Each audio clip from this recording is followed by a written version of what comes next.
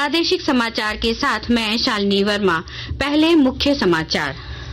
मुख्यमंत्री हेमंत सोरेन की अध्यक्षता में हुई जनजातीय परामर्शदात्री समिति की बैठक में सीएनटी एक्ट के तहत 1950 में स्थापित जिलों और थाना को मान्यता देने का निर्णय।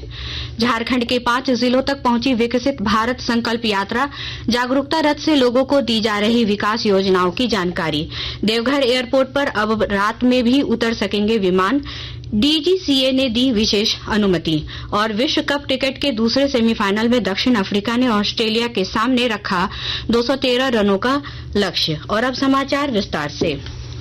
मुख्यमंत्री हेमंत सोरेन की अध्यक्षता में आज झारखंड मंत्रालय में जनजातीय परामर्शदात्री परिषद टीएसी की 26वीं बैठक संपन्न हुई। इस बैठक में टीएसी द्वारा निर्णय लिया गया कि 26 जनवरी 1950 को स्थापित जिला और थाना क्षेत्र को ही मान्यता प्रदान करते हुए जमीन की खरीद बिक्री की जाएगी। बैठक में प्रोफेसर स्टीफन मरांडी, सदस्य झारखंड विधानसभा सह सदस्य जनजातीय परामर्शदात्री परिषद की अध्यक्षता में गठित उप समिति के कार्यकाल को अगले 1 वर्ष के लिए अवधि विस्तार दिए जाने संबंधी प्रस्ताव पर सहमति दी गई। विकसित भारत संकल्प यात्रा झारखंड के गांव-गांव तक पहुंच रही है। आज राज्य के 5 जिलों खूंटी, पलामू, सिमडेगा, पश्चिमी सिंहभूम और गोड्डा जिले में जागरूकता रथ के माध्यम से ग्रामीणों को विकास योजनाओं की जानकारी देकर उनका लाभ लेने को प्रेरित किया गया। कार्यक्रम में शामिल ग्रामीण बता रहे हैं कि कैसे उन्हें योजनाओं के बारे में पता चला और इसका लाभ लेकर किस प्रकार उनके जीवन में सकारात्मक बदलाव आया। इस दौरान किसानों को वैज्ञानिक खेती की जानकारी देते हुए क्षेत्र में विशेष उपलब्धि हासिल करने वाली महिलाओं व खिलाड़ियों को सम्मानित किया गया। वहीं योजनाओं के प्रचार प्रसार व ग्रामीणों के मनोरंजन के लिए सांस्कृतिक कार्यक्रम का भी आयोजन किया गया। विकसित भारत संकल्प यात्रा का आयोजन खूंटी जिले के अड़की, खूंटी, करा, मरहू व रनिया प्रखंड, पलामू जिले के मोहम्मदगंज, सिमडेगा जिले के कुलबीरा के अलावा पश्चिम सिंहभूम और गोड्डा जिले के गांवों में किया गया। देवघर एयरपोर्ट पर अब रात में विमान उतर सकेंगे और उड़ान भर सकेंगे। डीजीसीए ने इसकी अनुमति प्रदान कर दी है।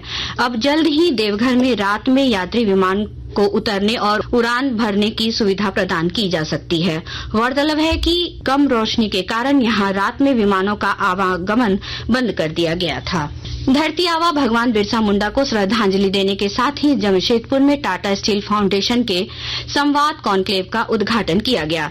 कॉन्क्लेव के 10वें संस्करण के उद्घाटन के मौके पर पहली बार झारखंड की 31 जनजातियों के प्रतिनिधि एक मंच पर उपस्थित थे। इस दौरान विभिन्न जनजातीय समूहों ने सांस्कृतिक कार्यक्रम प्रस्तुत किया और लोगों को झूमने पर मजबूर कर दिया। गढ़वा जिले में राज्य जीव जंतु कल्याण बोर्ड द्वारा पशु क्रूरता रोकने के लिए पशु क्रूरता निवारण समिति का गठन किया जा रहा है और जानकारी दे रहे हैं हमारे संवाददाता। राज्य जीव जंतु कल्याण बोर्ड द्वारा जिले में पशु क्रूरता निवारण समिति का गठन किया जा रहा है। इसके माध्यम से राज्य सरकार ने पशु क्रूरता अधिनियम के प्रावधानों का सख्ती से अनुपालन करने का निर्णय लिया है। आवारा पशुओं के मिलने पर उन्हें गौशाला में रखने के लिए पर्याप्त जगह की व्यवस्था के साथ ही उन्हें चारा पानी की व्यवस्था भी की जाएगी। समिति के माध्यम से आम लोगों को पशु क्रूरता रोकने के लिए जागरूक भी किया जाएगा। राज्य जीव जंतु कल्याण बोर्ड के पत्र के आलोक में उपायुक्त ने स्थानीय गौशाला समिति और विभिन्न स्वयंसेवी संस्थाओं के पदाधिकारियों के साथ बैठक की है। इसके माध्यम से शीघ्र ही समिति का गठन करने के साथ ही सरकार के सारे निर्देशों का अनुपालन करने की तैयारी हुई है। विनोद कुमार पाठक, आकाशवाणी समाचार, गढ़वा। आकाशवाणी के ताजा तरीन समाचारों के लिए आप हमारी वेबसाइट newsonair.com पर लॉग ऑन कर सकते हैं। ताजा समाचार X handle @AIR news alerts और Facebook page all India radio news पर भी उपलब्ध है। आप प्रादेशिक समाचार एकांश के X handle @AIR news _Ranchi और फेसबुक, इंस्टाग्राम पेज तथा YouTube channel AIR news Ranchi पर भी हमारे बुलेटिन सुन सकते हैं। प्रादेशिक समाचार आप आकाशवाणी रांची से सुन रहे हैं। शेष समाचार इस विराम के बाद। सरकारी एवं सरकारी सहायता प्राप्त स्कूलों में कक्षा 1 से 8 तक के सभी बच्चों को हर दिन अलग अलग मेन्यू के अनुसार पका पकाया गर्म एवं पौष्टिक भोजन देने का प्रावधान। सप्ताह में 2 दिन अंडा या फल पाने का भी है अधिकार। खाद्य आयोग द्वारा जारी। पीला कार्डधारी PVTG परिवार को 35 किलो अनाज मुफ्त में घर तक है पहुंचाना। गुलाबी कार्ड वालों को प्रति सदस्य 5 किलो अनाज और पीला कार्ड धारी को 35 किलो अनाज प्रति परिवार है मिलना। निःशुल्क मिलना है अनाज। रसीद से जरूर करें मिलान। खाद्य आयोग द्वारा जारी। राजमहल सांसद विजय हांसदा, लिट्टीपाड़ा के विधायक दिनेश विलियम मरांडी और पाकुड़ के उपायुक्त मृत्युंजय कुमार वरनवाल ने पाकुड़ में संयुक्त रूप से वीर शहीद सिद्धो कान्हू और तिलका मांझी की प्रतिमा का अनावरण किया।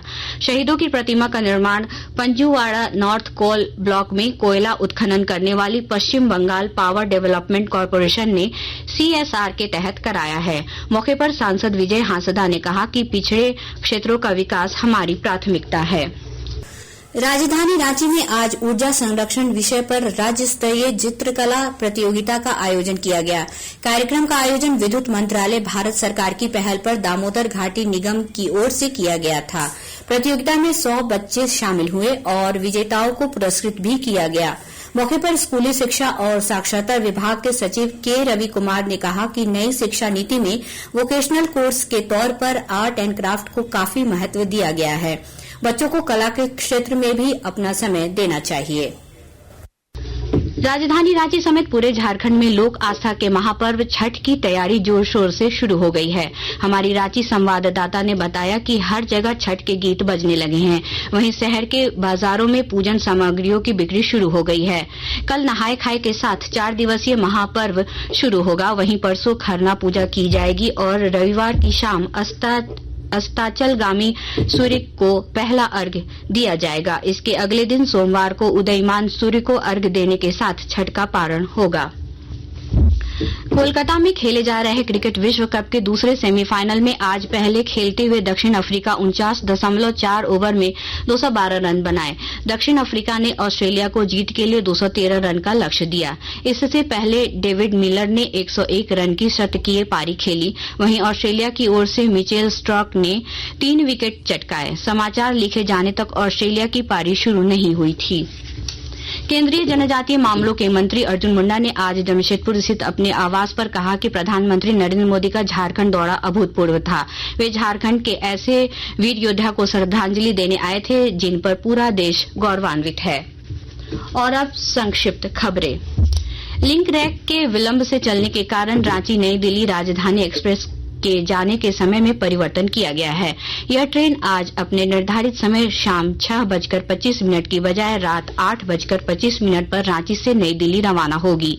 गुमला जिला निवासी बिहार रेजिमेंट के शहीद जवान सुनील लकड़ा की पत्नी मधुवाणी लकड़ा को अनुकंपा के आधार पर नियुक्ति की स्वीकृति प्रदान की गई है। गृह कारा एवं आपदा प्रबंधन विभाग झारखंड के निर्देश पर जिले के उपायुक्त कर्ण सत्यार्थी ने मधुवाणी को आज नियुक्ति पत्र प्रदान किया। मधुवाणी लकड़ा को गुमला अनुमंडल कार्यालय में लिपिक के पद पर पदस्थापित किया गया है। फरवरी 2024 में होने वाली जैक की मैट्रिक परीक्षा के लिए रजिस्ट्रेशन की प्रक्रिया आज से शुरू हो गई है। बगैर विलंब शुल्क के ऑनलाइन परीक्षा फॉर्म भरने की तिथि 16 नवंबर से 2 दिसंबर तक निर्धारित की गई है। चालान से शुल्क जमा करने की अंतिम तिथि 6 दिसंबर तक है। अंत में मुख्य समाचार एक बार फिर। मुख्यमंत्री हेमंत सोरेन की अध्यक्षता में हुई जनजातीय परामर्शदात्री समिति की बैठक में CNT एक्ट के तहत 1950 में स्थापित जिलों और थाना को मान्यता देने का निर्णय। झारखंड के 5 जिलों तक पहुंची विकसित भारत संकल्प यात्रा।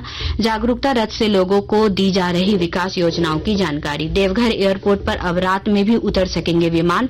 DGCA ने दी विशेष अनुमति। और विश्व कप क्रिकेट के दूसरे सेमीफाइनल में दक्षिण अफ्रीका ने ऑस्ट्रेलिया के सामने रखा 213 रनों का लक्ष्य। इसके साथ ही आकाशवाणी रांची से प्रादेशिक समाचार का ये बुलेटिन समाप्त हुआ। नमस्कार।